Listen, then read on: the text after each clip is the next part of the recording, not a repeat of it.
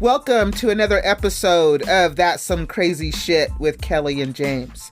I am Kelly and my co-host is James. How's it going, good, brother? Things are good here. What's on your side?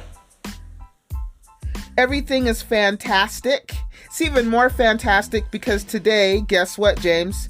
We have another guest. And this guy is cool. Yeah, his name is Alain Nu, and he is dubbed as the man who knows. He has been known to be a mentalist, an illusionist. He's an author. He's done mind reading, telekinesis, ESP. He's done all this stuff. He actually has a show going on right now in Vegas, which is really interesting because it's a socially distant show that he puts on and does all of these crazy shit experiments with his audience. And it's a soft opening for Vegas, so that says a lot for them calling him in. He's quite good at what he does. Yeah, he's got a lot of stuff going on. He's, like I said, he's got a book out.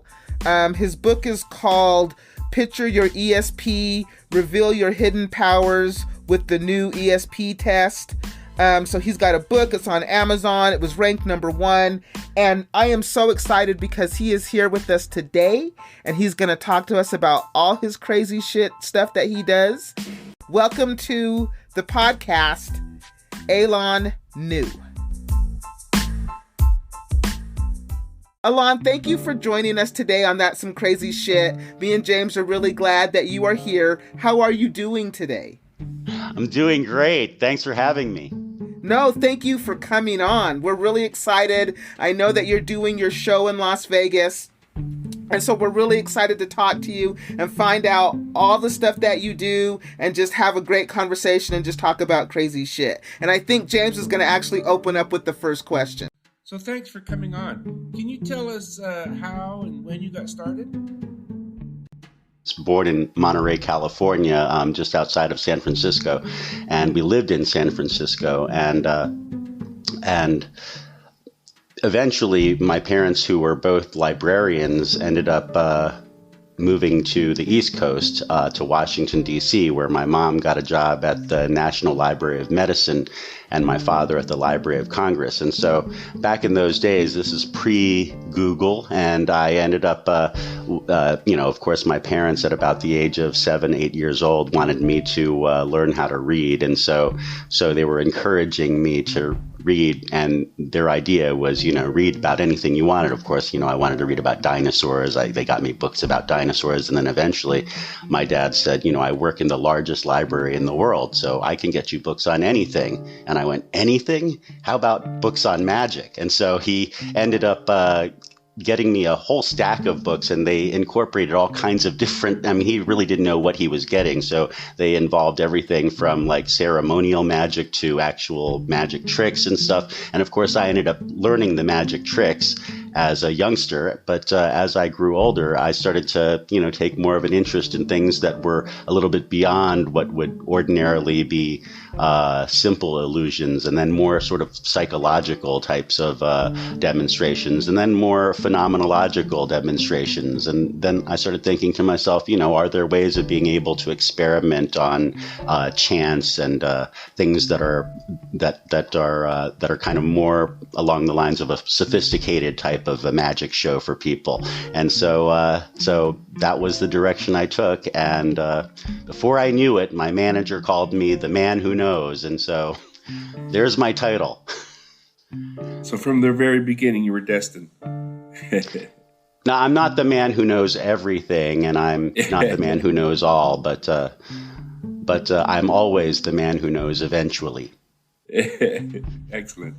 So what is your definition of a mentalist? Because I noticed that's one of the words that describe what you do. So what does a mentalist do?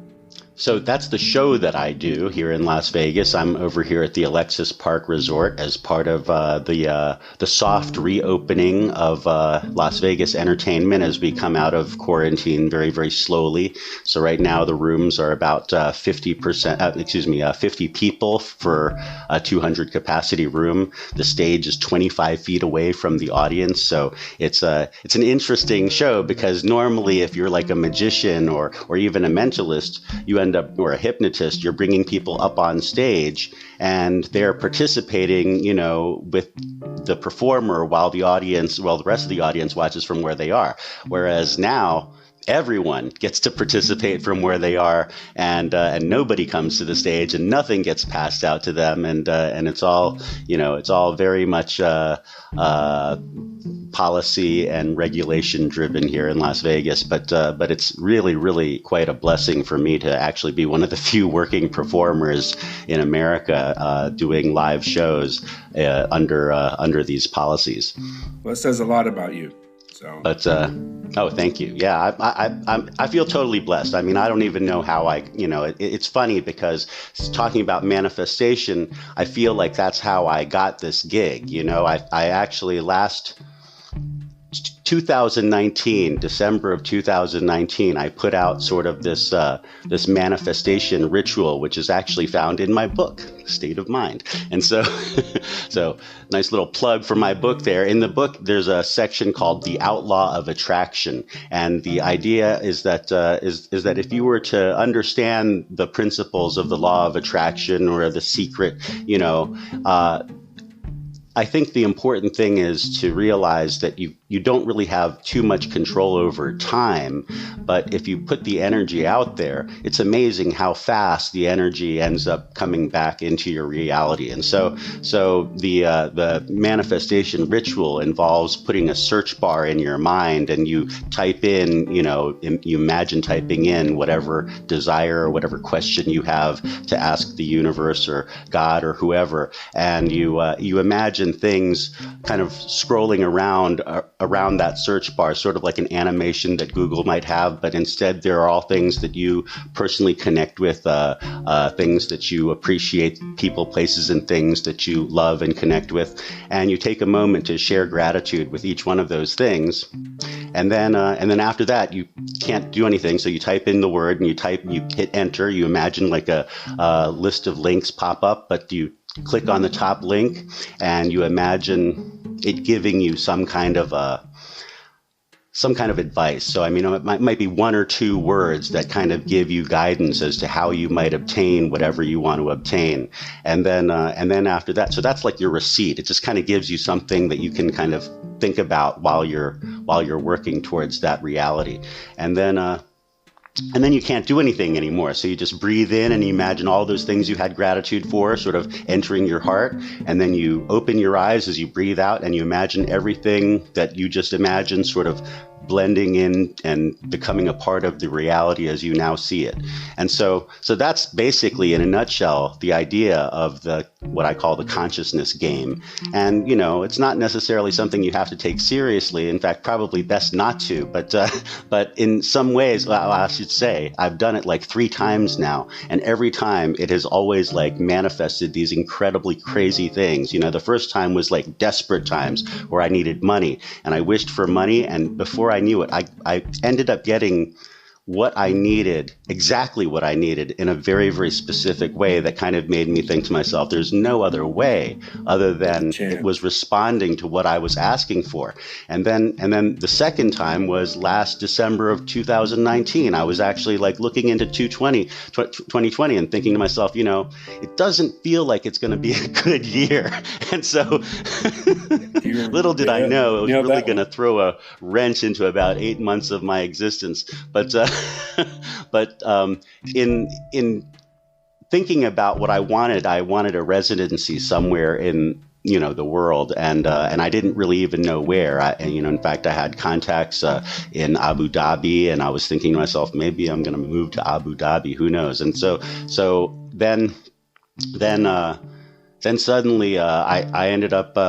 I did the little manifestation ritual that I mentioned, and then within like a week, I get this call from my manager telling me that there was a showroom open in Las Vegas, and it's just like a lot of guys have to compete for showrooms like this, and boom, I got it. And then March came along, and and that's me. That's basically what happens to me on a regular basis. The last time after I did my television shows on TLC, it was like 2005, 2006, and then suddenly, boom, 2007, 2008, the economy comes tumbling down, and and then I go down with it. So it takes like world calamities for me to actually go down after I rise to a certain level. But nonetheless, but you always come back. Yeah, it's you're crazy, crazy that I did. like It was crazy that I did. So the third time I do the manifestation, suddenly within a couple of weeks, my manager calls me up and says, a different showroom opened up in Las Vegas, and if you want to be a part of this this reopening of Las Vegas, you're going to have to perform,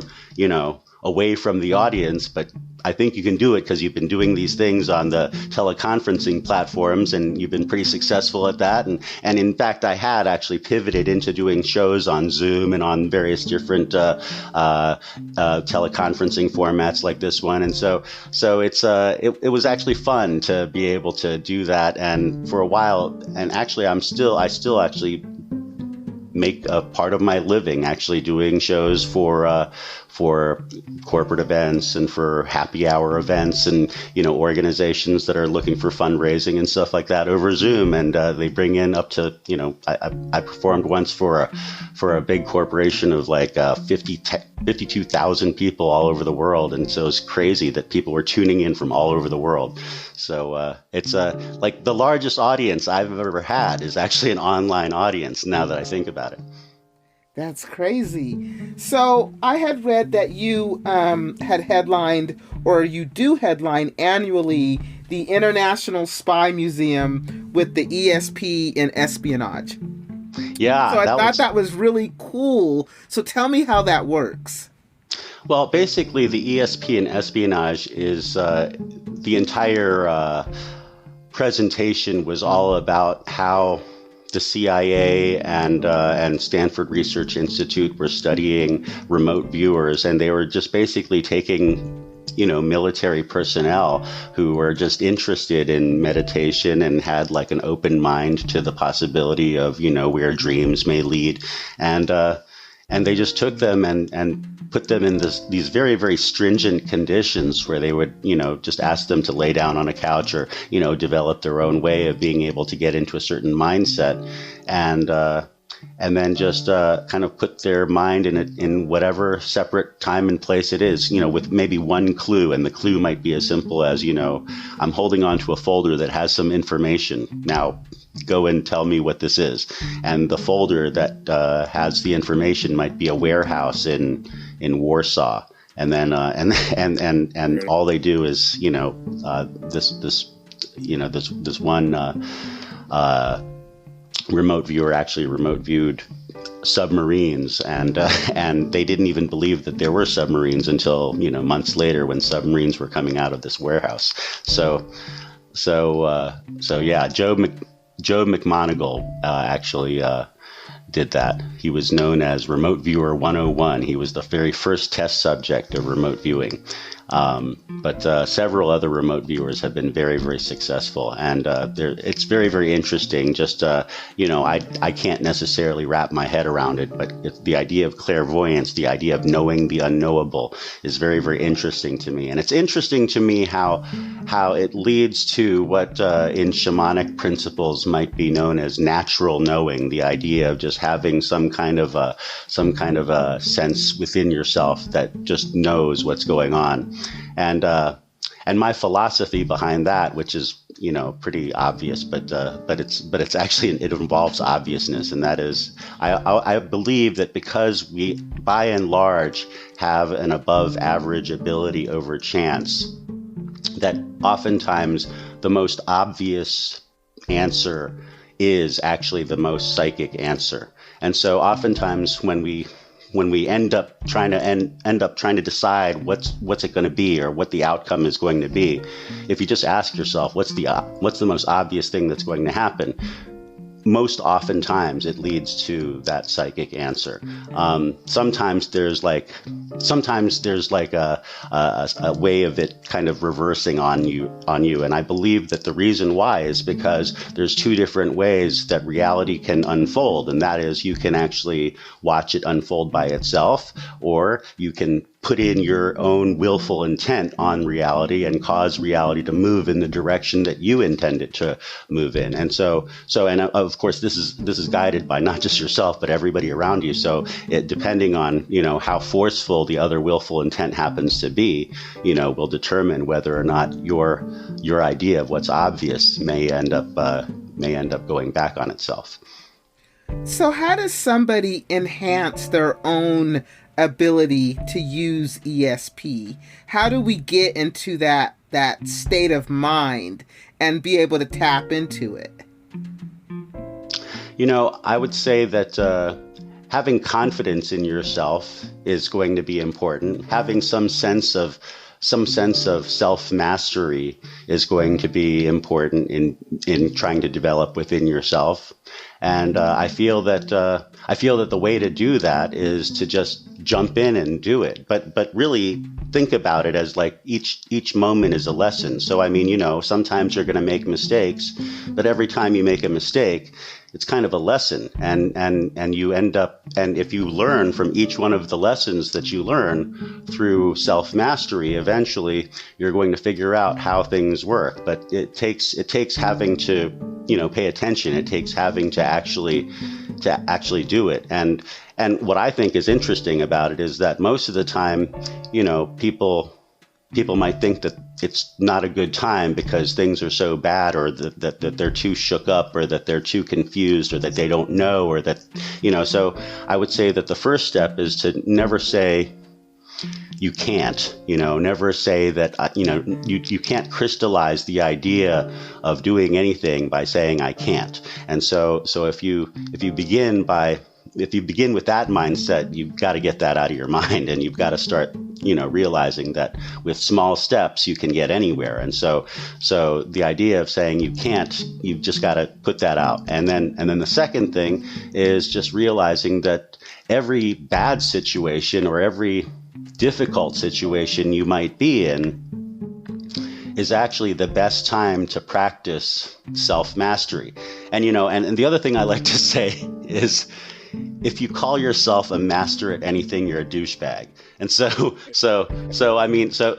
it's better to call yourself a student of self-mastery than it is to think of yourself as some master of whatever. I call myself the man who knows, but I play with that idea, and it was really my manager that dubbed me the man who knows, and it caused me to actually think to myself, how do I fulfill this obligation of being this title? And as I did, I actually came into my own character, and it was really, because of this merging of my manager's idea of giving me a title that was actually created by a different mentalist from the turn of the century, the 20th century, named Alexander. His name was Alexander, the man who knows, but his name was Claude Conlon Alexander.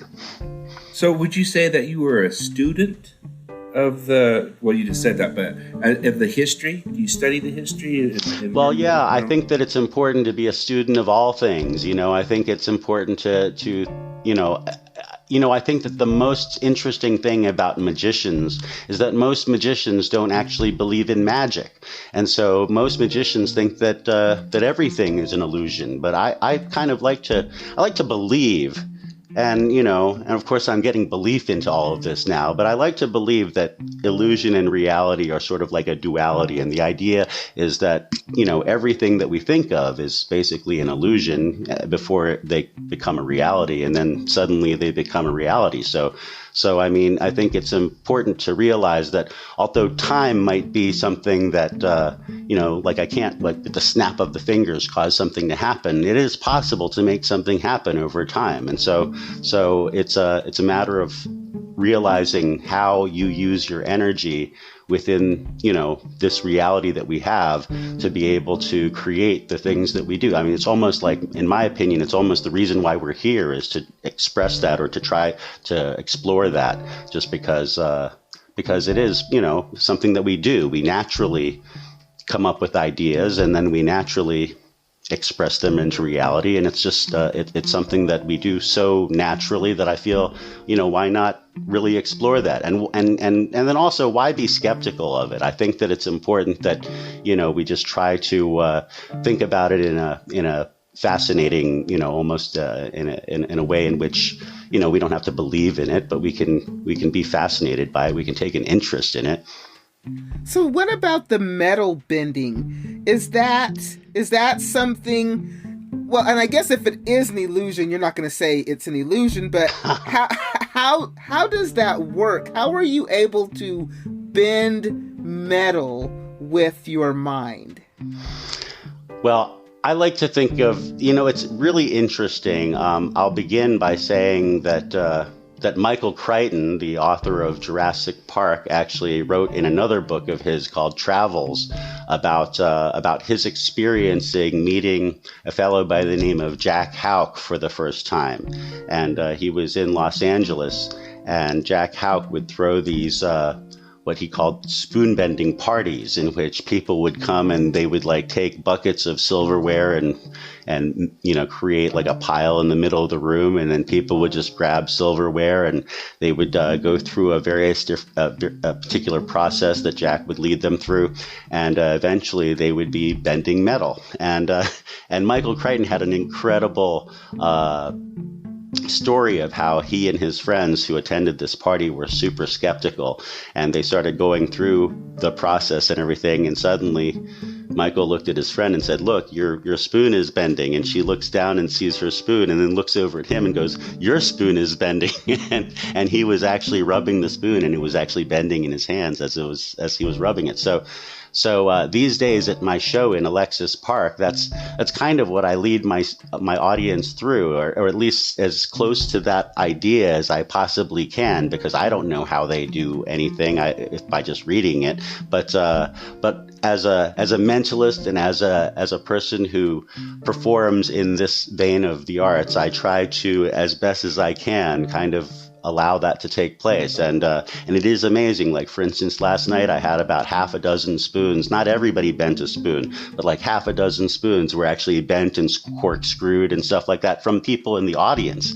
And in fact, I even do that on Zoom. If you get a big crowd on Zoom, I can actually, again, it doesn't work with everybody, but it's one of those things where some people just suddenly their spoon is zigzagged or whatever, and it's really, really interesting when that takes place. It's actually one of my most favorite things to do when I'm on Zoom, or when I'm on or even in my live shows in Las Vegas. It's a real fun part of the show. We also do a lot of PK type of demonstrations. It seems that people really respond to that kind of mentalism. So I do things in which objects move and spoons bend, and you're seeing things that you didn't think you could see. That's cool. That is. Do you think it's just a matter that we've talked about? People talk about different frequencies and parallel universes. Are you just tapping into that energy that flows between all these things? Is that what you're trying? Maybe.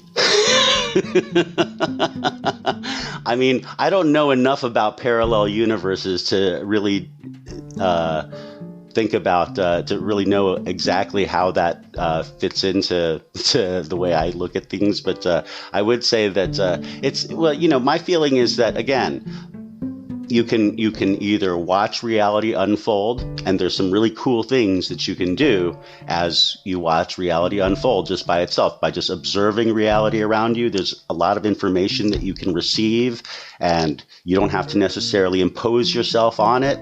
You can just receive the information, and it's a beautiful way of being able to tap into that idea of understanding, and then you can also impose yourself on reality, and you can also cause things to manifest by themselves. And so the idea of bending the spoon is really sort of like an idea of conscious, willful intent. And in the end, again, it's interesting because it's not 100% when I try to direct the audience. It's like some people bend spoons, some people don't. I'm actually very good at it. And I've become very well known, especially in my little circle of mystery artists, that to be doing this kind of thing. Yeah, do you think everybody can be hypnotized? Oh yeah. Have you ever tried hypnosis? I have, but I don't think I've ever been hypnotized before. I think that's because of it might be because you were at a stage hypnotist. Did you go on stage and was part of that? Okay, I'm sensing that's what happened. See, the man who knows.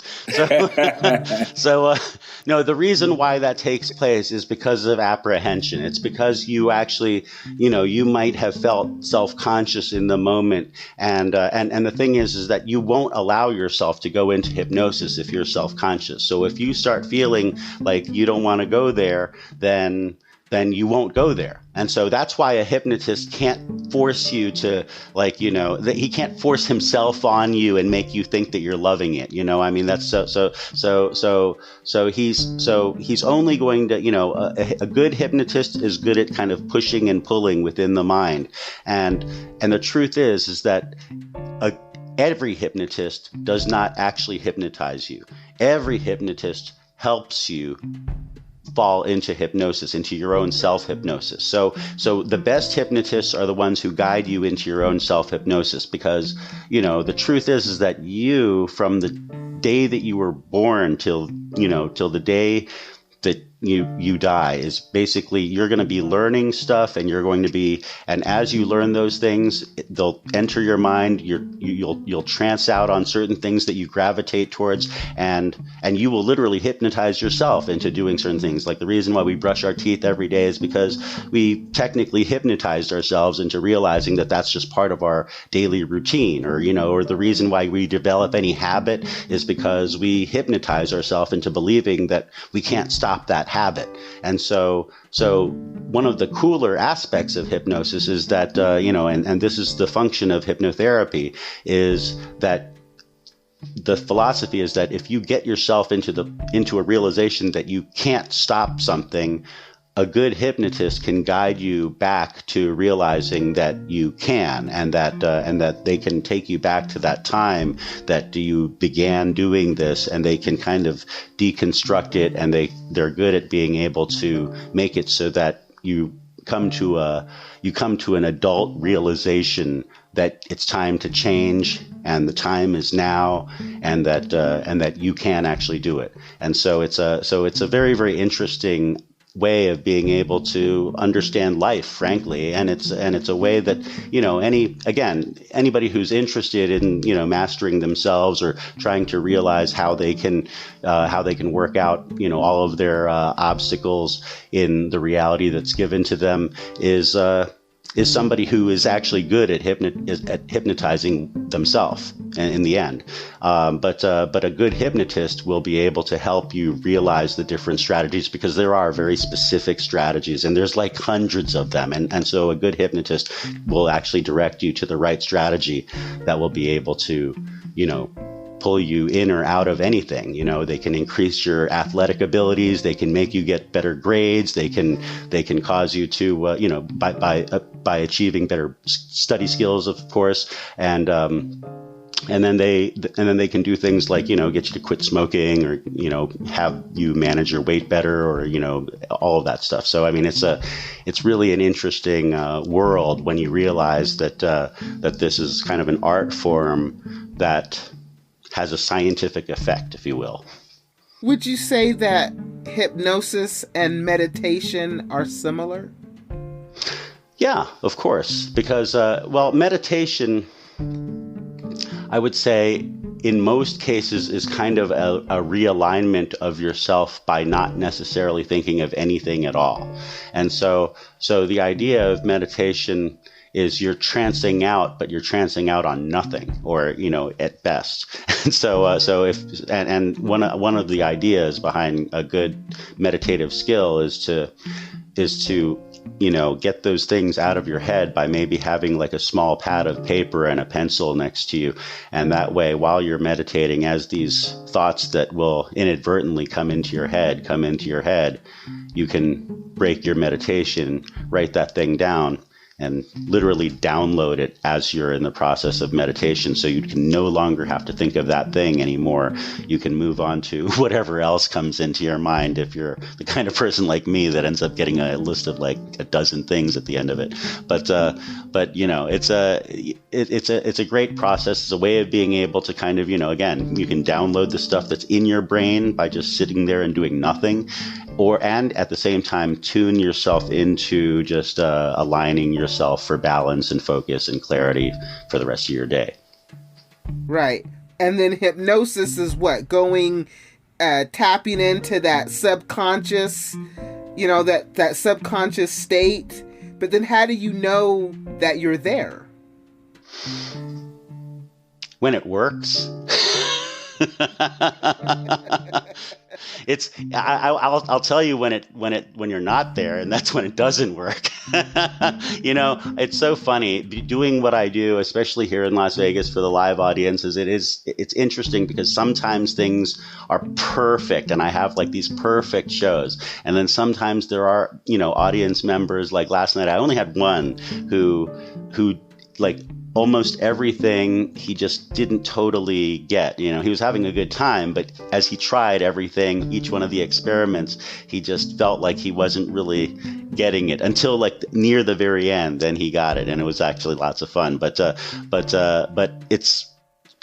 it's one of those things where, you know, it depends on how open you are to the idea, whether or not you get lucky, because sometimes it is kind of about luck or about some kind of vibration that gives you the right circumstance. I like to think of, you know, so one of the things that I'll say about mind over matter is interesting, you know, because you can think of it as in terms of like bending spoons and stuff. But you can think of it on many different levels. You can, there's this guy, in fact, one of the books up here on my shelf is called PK Man by Jeffrey Mishlove, and it's about this guy named Ted Owens, who actually was presumed to be able to, allegedly could literally point to a cloud and have lightning come down, you know? I mean, so that's like a level that I would love to achieve, you know? I mean, you know, it's just like, you know, it seems so freaking powerful. But I mean, and then some of his predictions and stuff were just outrageous. And he allegedly had some connection to space intelligences that hovered over the Earth's atmosphere, and is like crazy story, you know, basically. But, and, you know, not to say that I'm a full believer of everything that he alleged, but I take it in with interest just because, you know, there are things that he said, there are things that he claimed, and his predictions were pretty far out. Like, you know, one of the things that he predicted was, because San Francisco was going through a drought sometime, I think in the 80s, in the early 80s or something like that, he basically said that he'll cause it to rain down on San Francisco, and that the weathermen won't be able to predict it, and that you know, not only will it come down as a freak storm, but it'll hail as well, and that there'll be blackouts throughout the city, and that UFOs will be seen in the sky. And so Jeffrey Mishlove actually followed up on all of that entire prediction, which was like a page long, and found out that within the 8-month period, or something like a 6 to 8 month period that he said that it was going to happen, that all of those things actually did take place, including the hail and including the fact that the weathermen couldn't predict it, and you know, and it literally ended a drought in San Francisco at the same time. So I mean, you know, that's pretty significant when you ask me, and I love those kinds of stories. You know, I mean, I try my best to, every weird thing that happens to me, you know, whenever I experience weird stuff, I think about it, you know, like a lot of times I'll say that most people walking through life experience these things just by themselves, but they put it out of their mind, like they're not interested, you know, like they just generally think, oh, what a weird coincidence, and then it's gone from their own, you know. I like to feel like if you collect those, like if you actually think about like just how perfect certain things line up, or how strange it is that's, you know, that you got to experience this particular thing at this particular time. You know, I find that those, you know, if you document those moments, it's it you know, at the very least, it gives you a much more enchanting life. I would agree. And that's funny because that's a lot of the stuff that we talk about. Just exactly what you said. And Yeah, like the Akashic record, people tapping into that. They say test. Yeah, I got introduced to that concept a few years ago, and by a friend of mine who's part of the metaphysical community of Washington D.C. And I'm like, the Akashic record, that's interesting.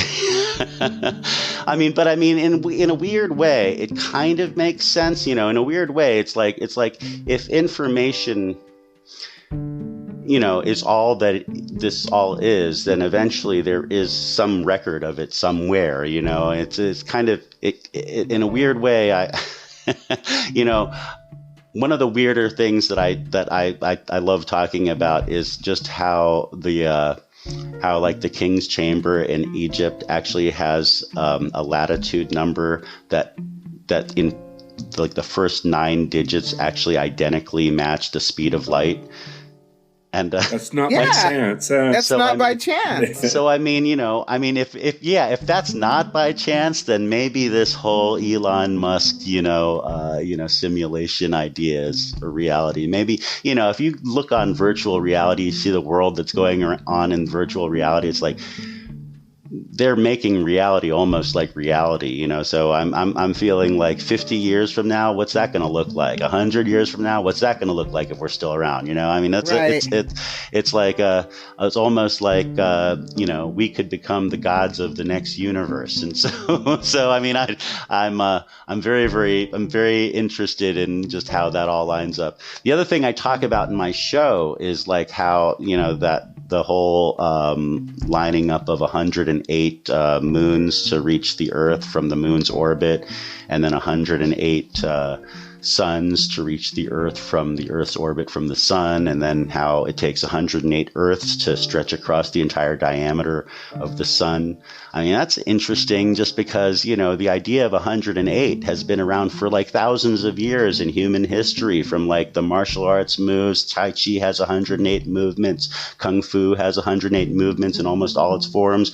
The 108 beads around the rosary beads, the Hindus and the Buddhists. That's like 1,000-year-old tradition. It's like at least 3,000 years old in terms of its tradition of sort of worshiping this weird number 108. And then they find out, like 108 years ago that we have this sun and moon and earth correlation.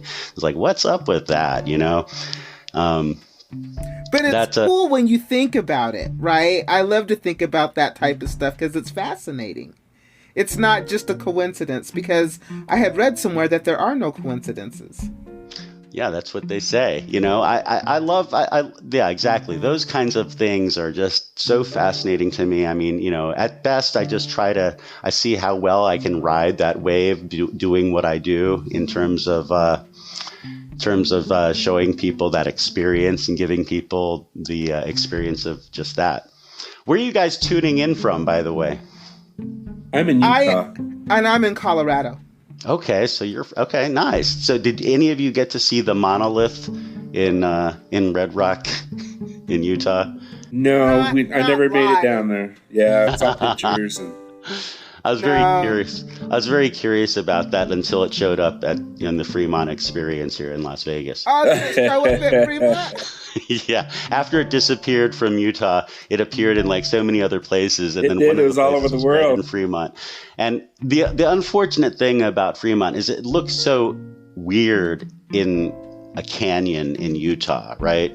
But in the Fremont Experience, it just looks like a piece of decoration that's misplaced. I mean, the Fremont Experience is so crazy these days. If you ever come out to Vegas and see the Fremont Experience, post 2016, I'm guessing, or 2015, they've really changed it up. It looks so beautiful. It definitely puts the monolith to shame.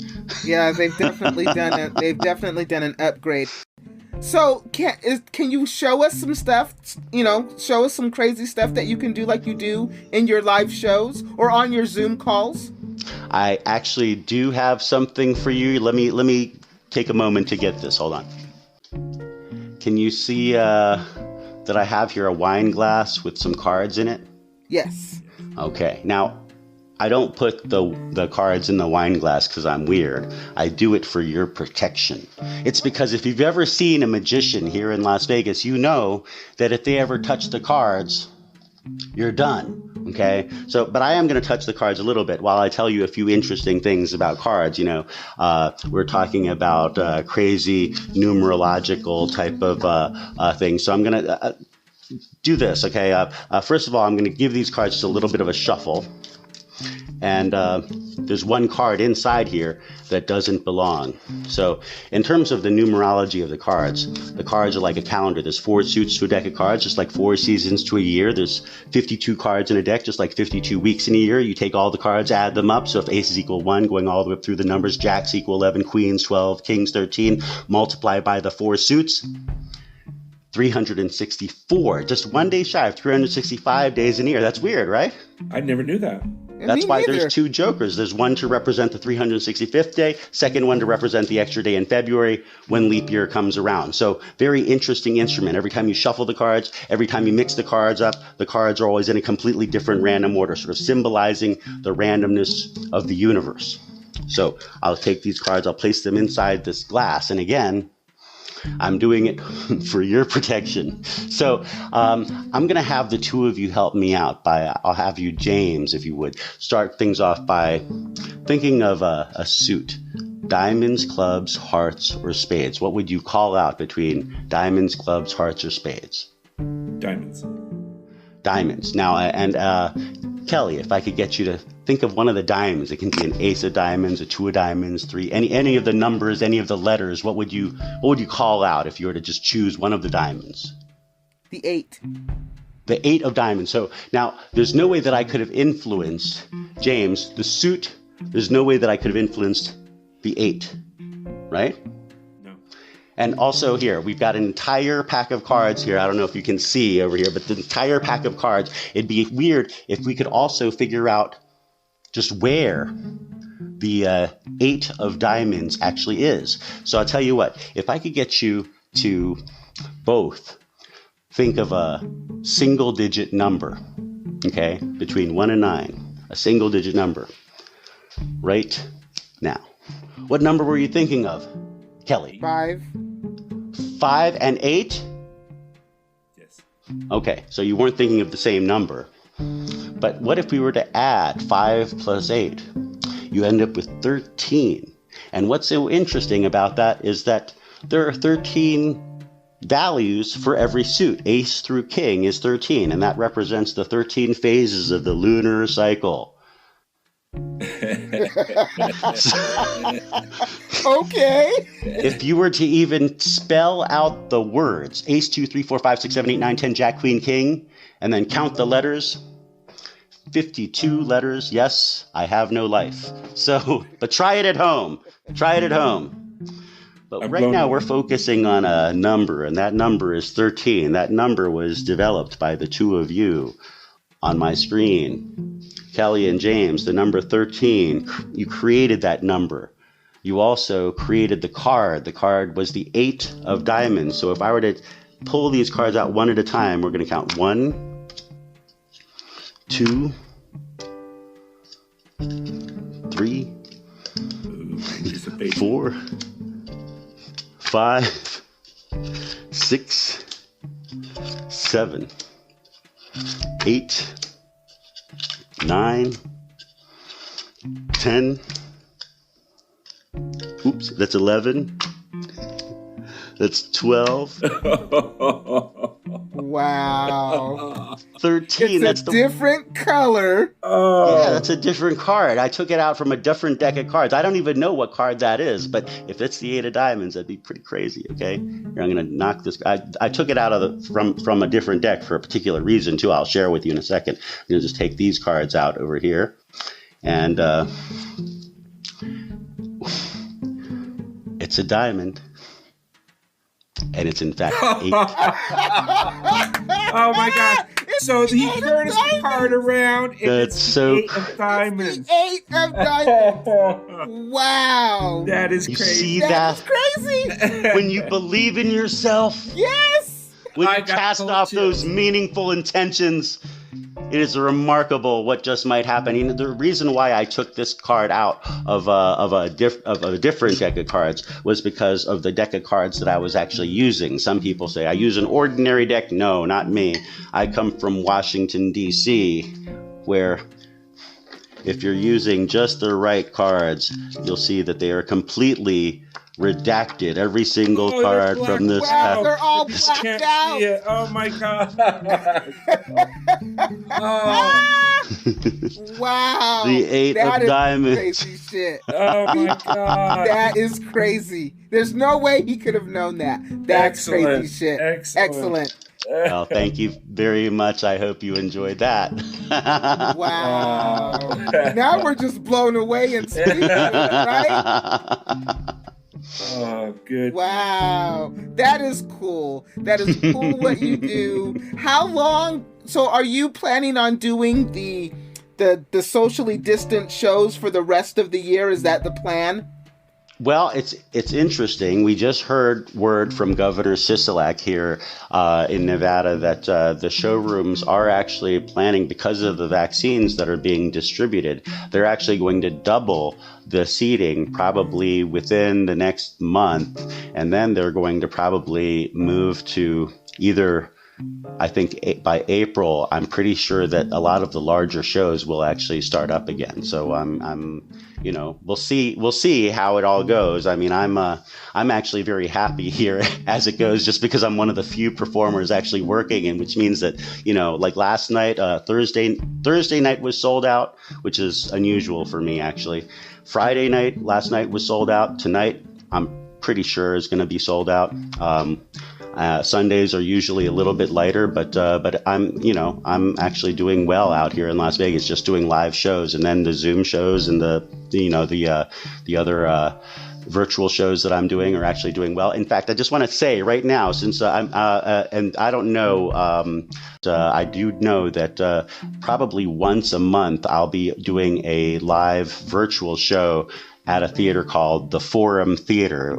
You can get it at theforumtheater.com. There are, you'll see a poster for me and probably the next date that I'll be performing there. So if you don't get a chance to see me in Las Vegas, you can actually see occasionally a virtual show that is ticketed at the Forum Theater. Very, very cool. We will make sure that all of that information is in the podcast description.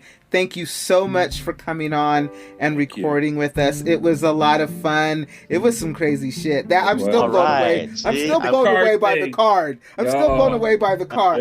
Speechless. Thank you so much. Thank you. Hey, thanks for having me.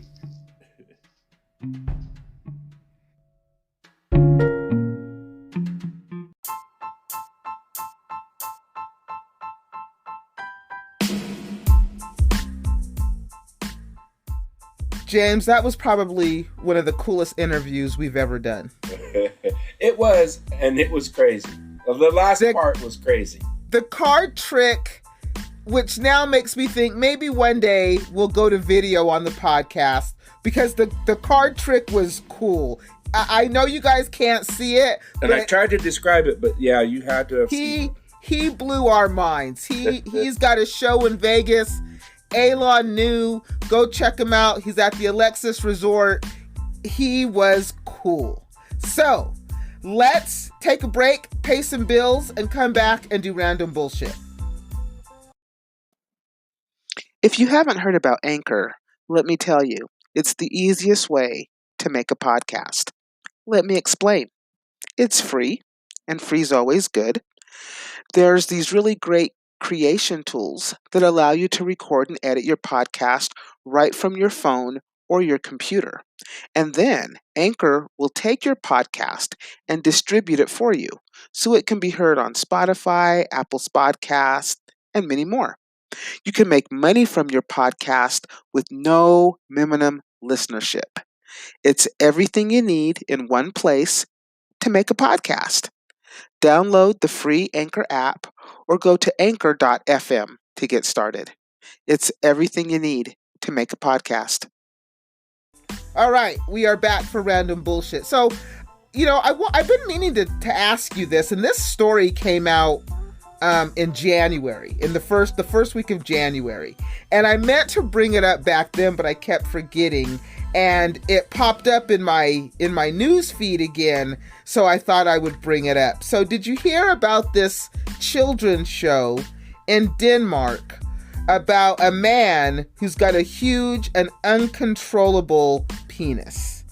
His name is called John Dillerman, and it's an animation starring a man with a penis so massive and flexible it can save children from danger, fetch objects from a river, and even operate as a pogo stick.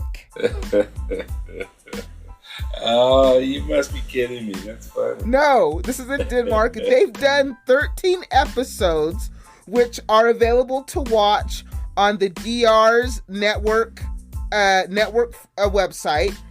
And yeah, it's about this guy. He's got this long penis and it goes and does stuff.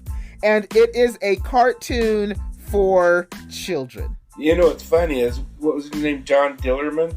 Yeah, Dillerman. It reminds me of, there's John Dillinger, who was reportedly well endowed. And also John Holmes, who was a porn star who was well endowed. That's interesting. Kind of a play on names, if you ask me. So he has all these misadventures with his penis. With his penis. And the concept behind the show is so that children aren't, confused about their genitalia, whatever. But it did get praised. And they said it's a lighthearted way to teach kids about anatomy. So my only problem with that is that that's misleading anatomy, because I've never seen a penis pull something out of the river. So, hold on. There is a fish in South America that's, if you urinate in the water, it will flow up your urethra and stick itself in there. So technically you can catch a fish with your penis. I said I've never seen a penis pull anything from a river. I didn't say the man caught a fish. I just said he pulled something out of the river. In one of his episodes, he even uses his penis to steal an ice cream cone at the zoo. So I'm just saying, if you want to watch it, it's a Denmark cartoon for children. John Dillerman is his name. I just wanted to bring it up because to me that's some crazy shit. I don't think I don't know. I have no words. No words. So what did you have for random bullshit? That was mine. I just wanted to bring that up. I meant to bring it up a long time ago because it's completely hilarious to me, but whatever. Well, what I wanted, and it's funny because this happened a while ago too, and I've been meaning to bring it up, is when the lotto hit $1 billion a little while ago, and think, what would you do with $1 billion? People say, well, you're going to have taxes. Okay, tax me. I'm still going to walk away with $300 million. What would you do with $300 million, guy? Man, if I had $300 million, I think I would pay off my debt and disappear. You'd never hear from me again. This podcast would cease to exist. Kelly Morgan never existed. We don't know where she is. I would probably, honestly, go buy my own little private island and chill. I really would. You got that money, you could. That much money. That's what I would do. I mean, I know, and would I give money to friends and family? I don't know. Maybe. Sometimes friends aren't all that friendly and family's not all that fam. So I don't know, but I'm sure attitudes would change when I walked in with my 300 plus mil, right? Well, what would you do if you won 300 million? What would you do, James? Well, of course, all the, take care of your family, friends, all that stuff. I'd want to probably buy an island next to yours so I could bug you.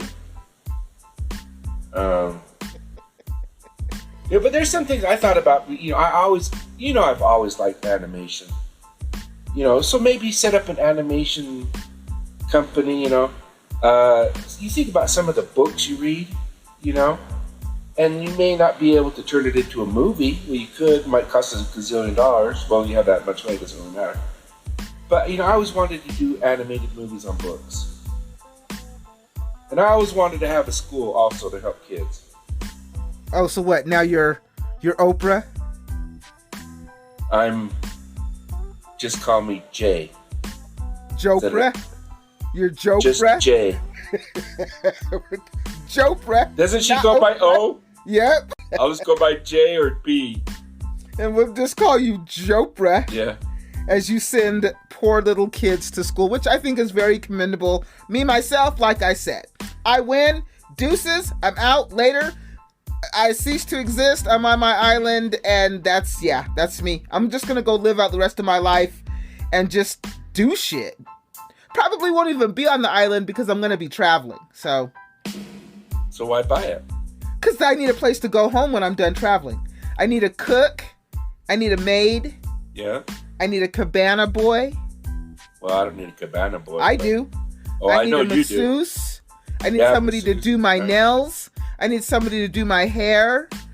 All these people are coming to me on the island. All right, on. Yep, that's what I would do. You have anything else for random bullshit? Not right now. But that was, we always try to bring up stuff. Yep. Well, thank you so much for listening. You can always get us on social media. We are on, we have a Gmail, which is thatsomecrazyshitpodcast@gmail.com. We have an Instagram, which is _somecrazyshit. We have Twitter, which is thatsomecrazyshit. We have Facebook, which is K and J's podcast. And I believe that is all we have. I think I had mentioned before, we're just not LinkedIn appropriate. Did you say YouTube? Oh, and we also have a YouTube channel, which, by the way, drum roll please, James. We have 10 YouTube subscribers. Right on, and I know one of them, and it's not me. Right? So I think that's cool because I really haven't, we really haven't promoted YouTube or whatever. And honestly, there's a lot of podcasts out there. Yes. More podcasts pop up every day.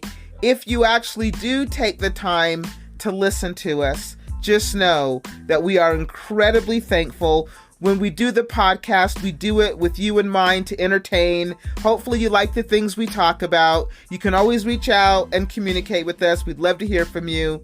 I'm just happy that you're here, happy that I'm here, happy that you're here, James. And it's all about the love. It is. It really is. Try to do a good job for our listeners, and we appreciate their time. So next week, another episode. Don't know who's coming by. Don't know what we're doing because we live dangerously. Yeah, but on the edge. On the edge. But until next time. Keep your minds open, people. Bye.